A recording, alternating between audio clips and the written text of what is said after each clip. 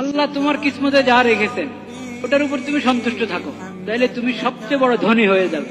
এটা এত সহজ না, এটার জন্য ফিকির করতে হয়, মেহনত করতে হয়, আল্লাহর কাছে চাইতে হয় যে আল্লাহ এই তৌফিক আমাকে দান করে। খালি আফসোস করতে থাকা যে আমার এই নাই, এই নাই, এই নাই, নাইয়ের তালিকা, নাইয়ের তালিকার তো শেষ আছে নাকি? দুনিয়ার বিষয় আমার কি নাই ওই তালিকার দিকে তাকাবেন না কখনো, কি আছে ওই তালিকার দিকে তাকান। কি আছে, আল্লাহ কি দান করেছেন। যে সবচেয়ে বড় ফকির সে যদি তালিকা করা শুরু করে তার কি আছে, তাইলে কয় পৃষ্ঠা লাগবে লিখতে। আমি যদি এটা চিন্তা করি আমার কান সচল, চোখ সচল, আমার দেমাগ সচল, ব্রেন সচল, আমার হার্ট কাজ করে, কিডনি কাজ করে, এরকম আপনি আপনার 3.5 হাত বডির মধ্যে চিন্তা করা শুরু করেন।